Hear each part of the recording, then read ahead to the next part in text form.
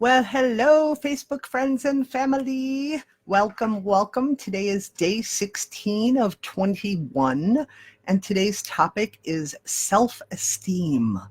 So I had said on Friday or Thursday, I missed a day, that we were going to begin the selves for 3 days. So hello, Connie. Thank you for joining, popping in. So we were going to begin the selves, and yesterday was self-confidence, and today is self-esteem. And there is a big difference between self-confidence, self-esteem, and self-worth. And so they each warrant their own little explanation and a few little solutions that are positive to work through the issues that we have with either self-confidence or self-worth and self-esteem. So dealing with self-esteem today, it's a little bit tied into self-confidence, because self-confidence is one of those, yesterday I talked about how it's about experience, right? And we have to have a belief about that as well, because our beliefs rise from our experiences, right? But with self-esteem, one of the issues that we have is that oftentimes we're going off of experience of other areas that we've had experience in, where we learn something, and then we kind of translate it to self-esteem. So to that belief. So self-esteem is about the belief of something. So let's take, for example, I believe that I would be a good student body president. Now, I may not have ever had the experience of that myself, but I have seen others who have experienced it, and I've kind of learned a little bit about what they've gone through and experienced. And so then I kind of extrapolate and take that information and apply it toward myself, because I know inside what my heart says. I know that I would be a good student body president because I know that I have certain values, and I know that I have certain beliefs about what is important for the student body. And so I haven't had the experience yet, like riding a bicycle gives us confidence, because I've done it many times. I just believe that I would be a good student body president. And I believe that I have support. I know what is in my heart. I know what I want to see happen. I believe that I would do well. So that's kind of how self-esteem is different than self-confidence. Now, once I become a student body president, let's say, using this as the example, now I would have the experience that I have been a student body president, and so I can adjust to whatever I might need to based on the fact that now that I've actually experienced it. So then I could develop self-confidence because I have seen now that I have been able to do it. Hello, Tammy. Thank you for popping in. Welcome, love. Thank you for joining. So with self-esteem, because it's based on the belief, the tricky thing about self-esteem then is that because I don't have the actual experiences myself about something, and I'm just working to believe it, it can be affected by other experiences that we've had and other beliefs that we've developed over time, right? With other experiences that we might have had. And so that self-esteem can be diminished when we have a limiting belief that we're maybe or maybe not even sure that or know that we have, or we are taking on the beliefs of others. Okay, so let's say my parent has said to me often while I was a child and growing up, let's say in school, that I wasn't always giving my best. Well, if they believe that I am not giving my best, even though I believe I'm giving my best, and I start to accept that their belief is true about me, I may begin to also believe that I'm really not doing my best. So I might say things like, yeah, I should have tried harder, or I could have tried harder.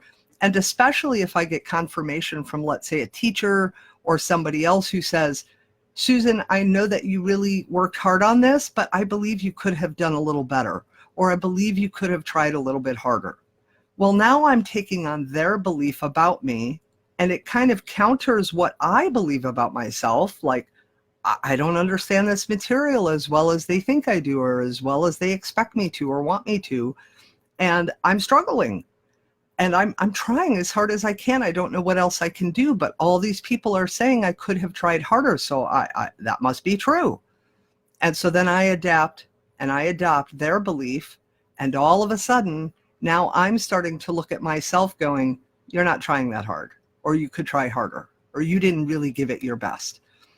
And so yes, it's very true, Tammy. I mean, this is common with our lives in so many different areas, and it can really diminish and destroy our self-esteem, which is our belief. Okay. So sometimes, though, these beliefs can be running unconsciously and subconsciously, right? Like, I'm not even aware that this is what I believe, and I'm not even sure why I keep saying these things to myself, or I lack this sense of belief in self, because I think that I'm a good person. I think I have a good heart. I think I try hard, and I think I'm compassionate, but now I keep getting and having all these experiences and getting this feedback that says, no, you're not trying hard enough, or wow, that was really mean of you, or you could have done this differently and better.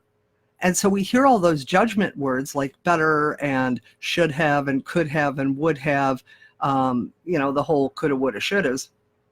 And then we struggle to kind of see ourselves through our own eyes. We start looking at ourselves through everybody else's eyes. So let's say, like yesterday, where I talked about self-confidence, one of the examples that I didn't use yesterday that is relevant to today is, let's say, remember when yesterday I said, go back and look at the lists that you wrote about the things that you consider positive about yourself and the things that you consider negative about yourself, those things you'd want to improve, and take a look at how that plays into confidence. And I want to add that today for confidence, but more so for self-esteem. So let's say one of the things that I wrote down on my negative list, on the thing I would want to improve, was that I'm shy.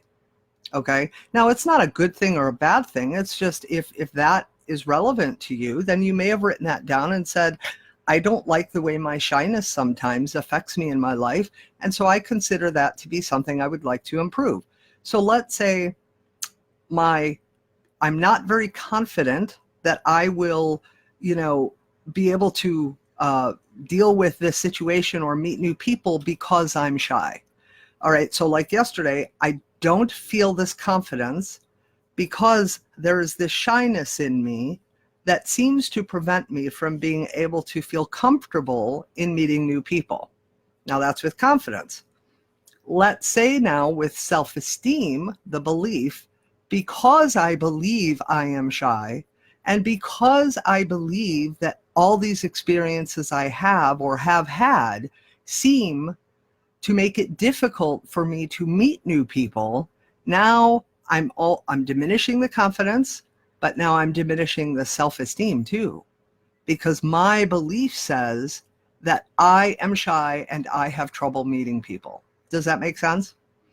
So one of the things that we can do, just like with confidence, is you want to write down all the things that you believe about yourself to be true. Now, we have done this a little bit throughout these last 16 days, where I've asked you to write down those things that you think about yourself or that you believe about yourself in reference to some of the other emotional topics that we've talked about. So if you already have that, beautiful, just go back to it, pull it back out, look at it again. But if you haven't, then write down all the things that you believe about yourself to be true. Whether they're, well, first let's start with the positive. Now, how is this different than when I asked you to write down the things that you like about yourself? Well, the things that I like about myself might be that I have compassion and I am kind and I listen to other people easily, okay? That's not necessarily a belief of mine, although I can come to believe it. Another belief might be, I am good at drawing pictures. Okay, something simple. I'm actually not. I'm lucky I draw stick figures that look like stick figures, right? But let's say I believe that I'm a good artist. Now, you can have put that down on your strengths list, but you may not have put that down on your strengths list because the strengths list that I asked you to do the other day, you may have just written down qualities about yourself. Here, I'm asking you to write down specific beliefs about yourself. So a negative one might be, I'm no good at love. I always find, a relationship or a partner who treats me poorly. Or I always seem to pick a partner who lies to me. Or I can't seem to hold my friends very long. They come in and out of my life, over periods of time, and they always leave. Or I'm never going to be lucky. Or I always have financial issues. Those are some of the negatives. Now, some of the positives might be, I'm always able to find a job very easily whenever I want. You see how that's different than the qualities that I asked you to write down about yourself. So here you write down the beliefs that you have that you know are 100% true in yourself.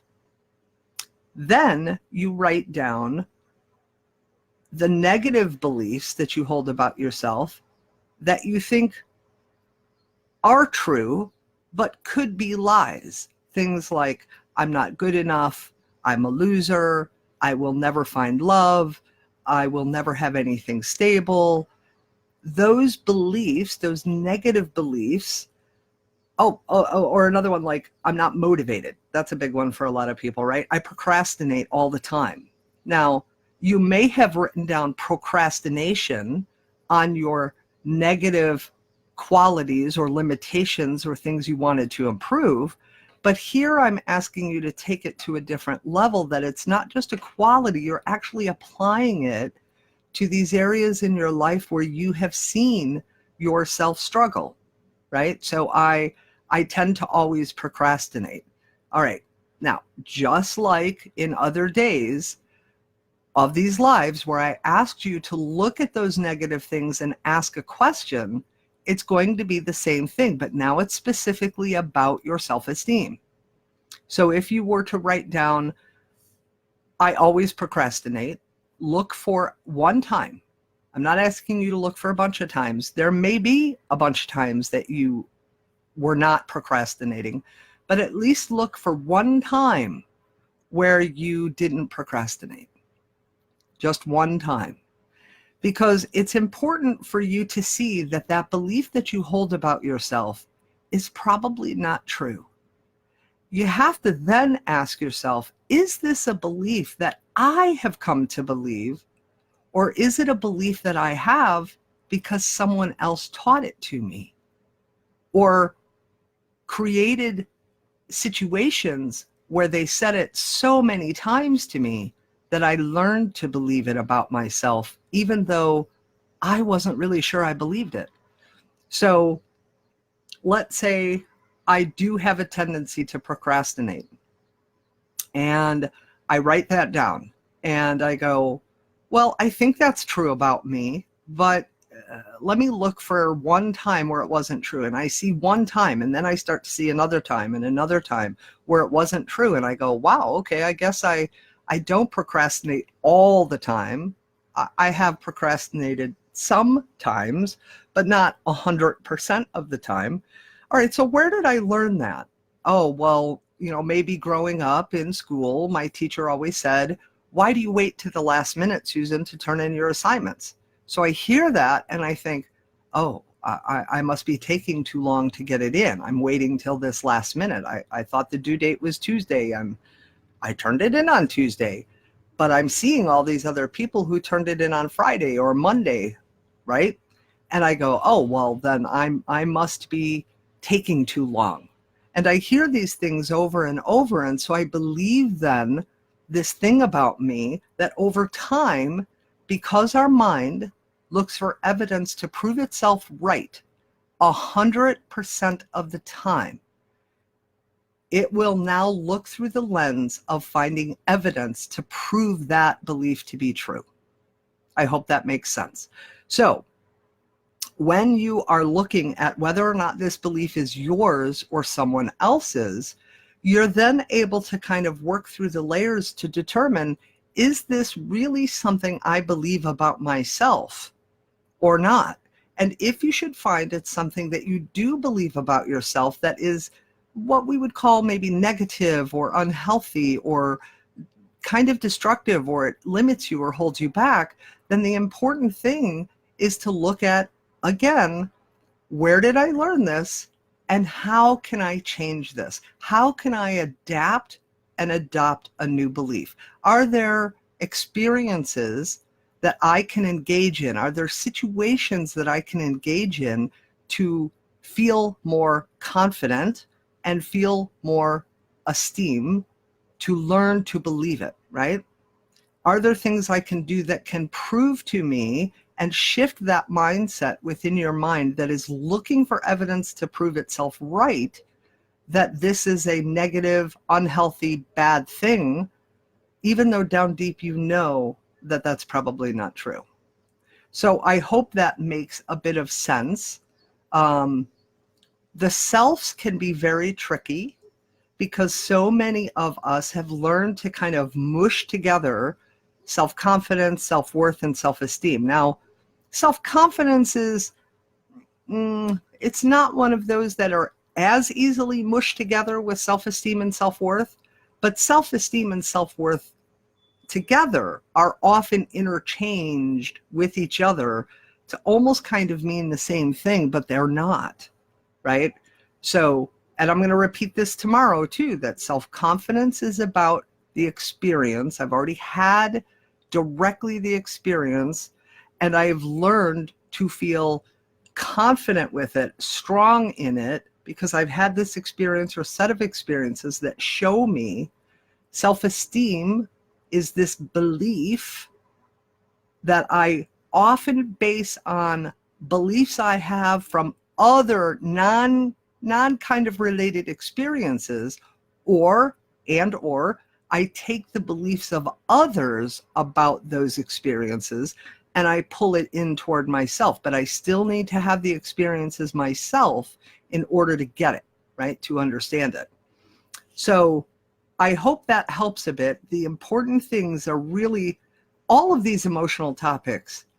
That self-awareness is key. It's critical to mastering our emotions, mastering what we think and feel, what we believe. And the only way to do that is to start looking at them. And that's why pretty much every day I'm asking you to either write down or record, if you don't like writing, these various little questions that you can ask yourself, because that's how you begin to have awareness. That's how you can begin to break those things down and understand where some of these thoughts and beliefs really came from, which then give rise to the emotions, right? Especially if they're holding you back. And sometimes it's positive to look at these things from a positive perspective too, meaning even if it's not holding you back, take a look at, where did I learn to believe that I was a good person? Where did I learn to believe that I was compassionate and kind? Where did I learn to believe that I have a good heart? Was that from my own thoughts and my own experiences, or was that just necessarily from other people? So I hope that's helpful to you. As I will say every day, because there are new people joining us all the time and watching these on replay, I recognize it's Sunday and it's in the middle of the afternoon and everybody might be off running and enjoying time with their family and friends, which is beautiful, but that's the beauty of technology, is we have replay. Hello, sweets. Oh my God, Lynette. Oh my God, I haven't seen you in so long. I miss you, girl. Thank you for joining and popping in so much. Oh, so good to see you. So I will say this every day. If you know of people who might benefit from any of these 21 days that we're doing, please feel free to spread the love and share this video out to others. I am on a movement, people, to create emotional health and resiliency, to help impact others. Because I'm telling you, as a therapist for 22 plus years, it's heartbreaking to watch how many people kind of suffer in silence. And how many people get tripped up and stopped by their past, by the conditioning that they learned to believe about themselves was a truth when really it's not.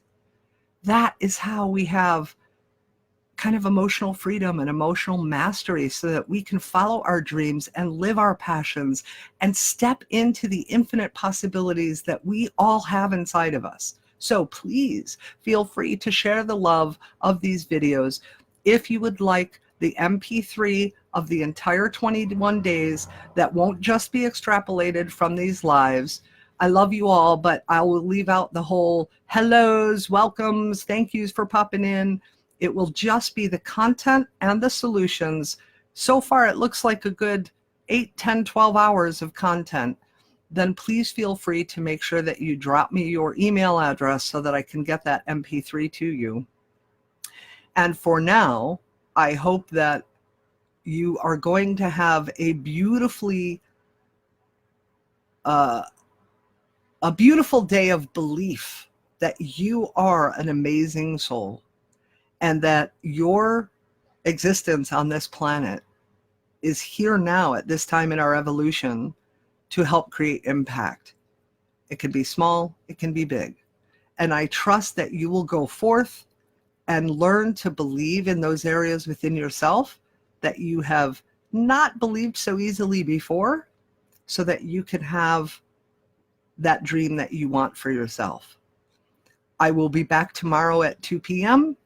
for self-worth, which is a big, big area for people. And what is one of the main areas that often stop people is that they feel very unworthy and they feel very worthless. A very important topic. So I will see you tomorrow at 2 p.m. Central Time. I love you all. Thank you so much. Have a beautiful day filled with tremendous self-esteem. And I'll see you tomorrow. Ciao for now.